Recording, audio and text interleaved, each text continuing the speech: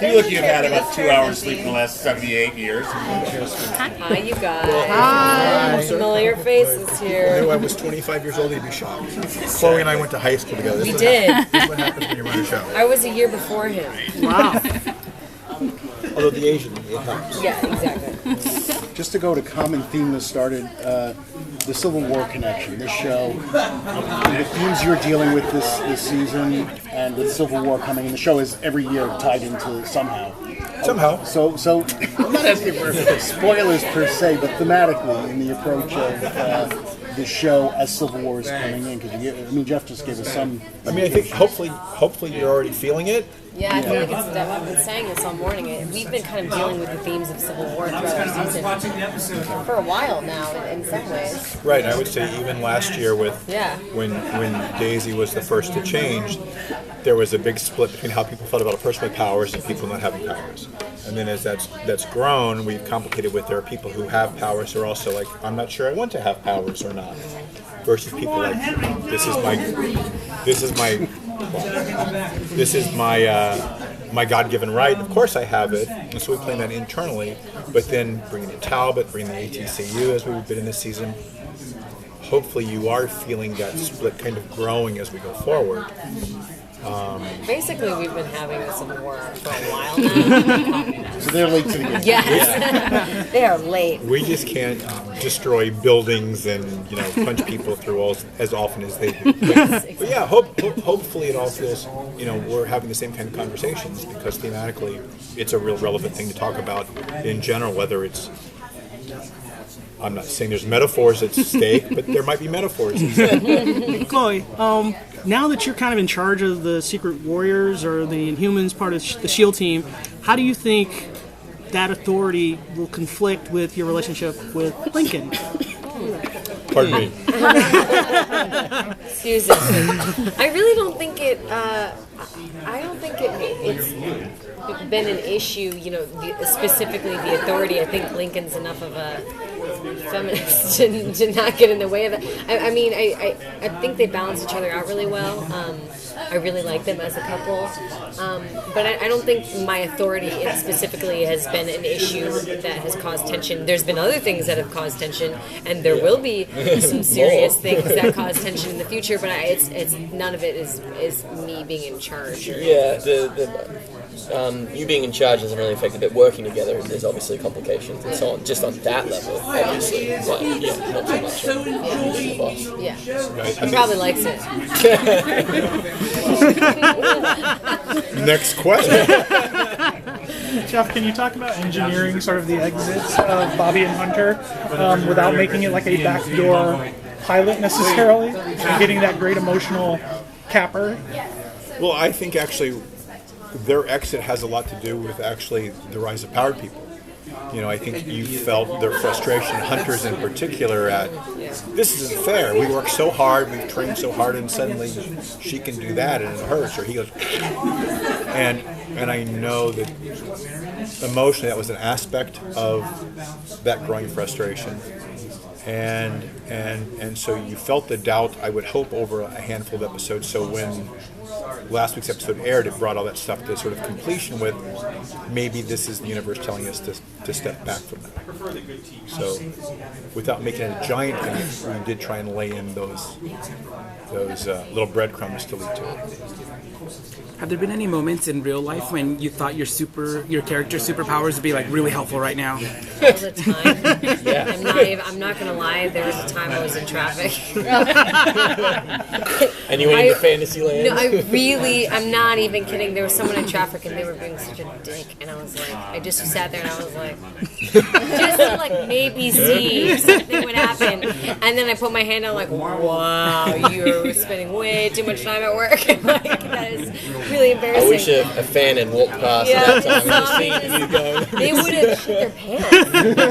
They saw me in a car just like, but no. No, but to that I want to just mention, one of the things that I really love is when they do this on camera and wind blows and things happen, it feels really natural. But what you don't see off camera is like No, that didn't work. Well, the problem is always the fan is actually the hardest because we have a fan guy. Because whenever I use my powers, I have to have a fan. You have a fan, I have a special light. Yeah. So it's always a timing thing. You have a light guy, and I have a fan Interactive guy. light, interactive wind. And so we have to really like work together with our light fan people. Yeah. They're like, so what are you going to do specifically? So it's like, okay, I'll say this line, and then it'll probably be an assessment beat, and then it'll be like, I'll take him out. And then this, and so they always, sometimes it'll be like, I'll take him. And then the fan comes in, it's like, I'll take him. And I'm like, no, my hand's not up yet. And I go, okay. I'll take them out, and then it comes in. No, my hand didn't go up yet. So it becomes so technical, it's a joke, and we get used to it. But it's fun because in the same way that you do a line reading, right? They have to determine. We write the line, and they're going to say, "Okay, this is it." Okay, this is it. Or, okay, this is it. Yeah. There are line readings with your. Yeah. There's there's certain things you Yeah. have to portray, whether it's you're upset that you're doing this to someone, or you're really feeling empowered by doing it, and so there's all of these specific, and then we can't make it too forcey, And sometimes, like, I love Star Wars, so I'm like, no, like, Chloe, you're not. Which is Kylo weird because when Ren. she's doing it, there'll be like a grip my camera kind of going. Which is, by the way, happens sometimes. You see people they get a little too into it behind the scenes. Do you practice in the mirror, like those moves? Absolutely. I have to. There's an aesthetic to it. You can't. In the same way a dancer comes out, he has to.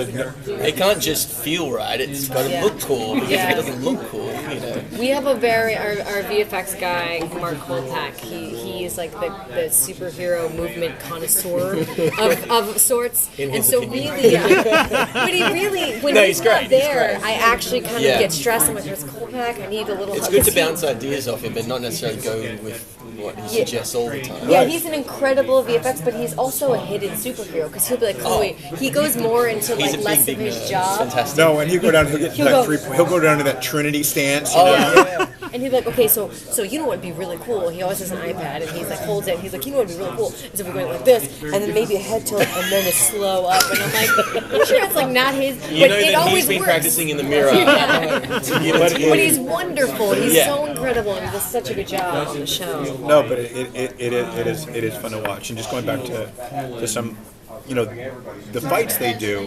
One of the things I love about our show is our actors really enjoy doing as much of that as is safe. Yeah. And as we're figuring out the powers, like there's something coming up that Lincoln gets to do a fight in a way with powers that in a way we haven't seen before. That the way daisies have grown over time. I think Luke gets to do a pretty cool. I don't want to say anything more than that, but it was like, oh, that's cool. I can't wait to see it. I haven't seen it. I did it, and the choreography was awesome. I don't know how well I did, but It's really cool. Doing it is always like mostly tape acting. I feel like that's what I do. No, it's a leap of faith. do you guys know what that means? Looking at a piece of tape on the map Because box? usually the eye line has to be very specific Really for tight to powers and stunts and stuff. So lots of stuff is you're looking at a piece of tape and you're like I recently I didn't look at a piece of tape and I was just crying looking at it. I'm like, talking to a piece of tape. Did you see that yet? No, but I was there when you broke out of your Husk last season Right. at 400 frames a second, while there's nothing there, and Well, basically, yeah. So for the mid-season finale, season 2, that L'Oreal moment of like freaking Inhuman, Jeff Just said that if you don't get this right, you're fired, and so you got tears immediately. basically. Well, he was like, okay, so we're gonna look at BJ Trip, and he just died, and then we have to look at Raina because she's now a porcupine Inhuman, and then back at BJ, and then you realize you're in a husk, and then you break out of it, and then obviously you're emotional Because we've all been there before. Yeah, and then they're like, but you only have 15 seconds. This is what he's telling me. He goes, you only have 15 seconds to do it. I mean, what did I look like when you said that? well, I think that's actually the thing that took you to tears. That is straight after the reason I started crying stress of in that. that scene. I have tears because I got so frustrated with how technical it was, and it worked, but it was all looking at a piece of tape. No, but so much of what they do is really that, and they're also trusting us that when we say, it'll look cool. That it ends up looking cool. When actually they're just kind of going, Well, you guys do such a good job. I mean, it really is. It's a trust thing. It is a You trust feel, thing. You have the more stupid it feels, the better there's it also, usually looks. we have a saying, we say in Colpack we trust, because at a certain point, you cut it together as best you could, and the VFX is going to be cool or not. So hopefully it is. Is it time? Guys, one more. A short one.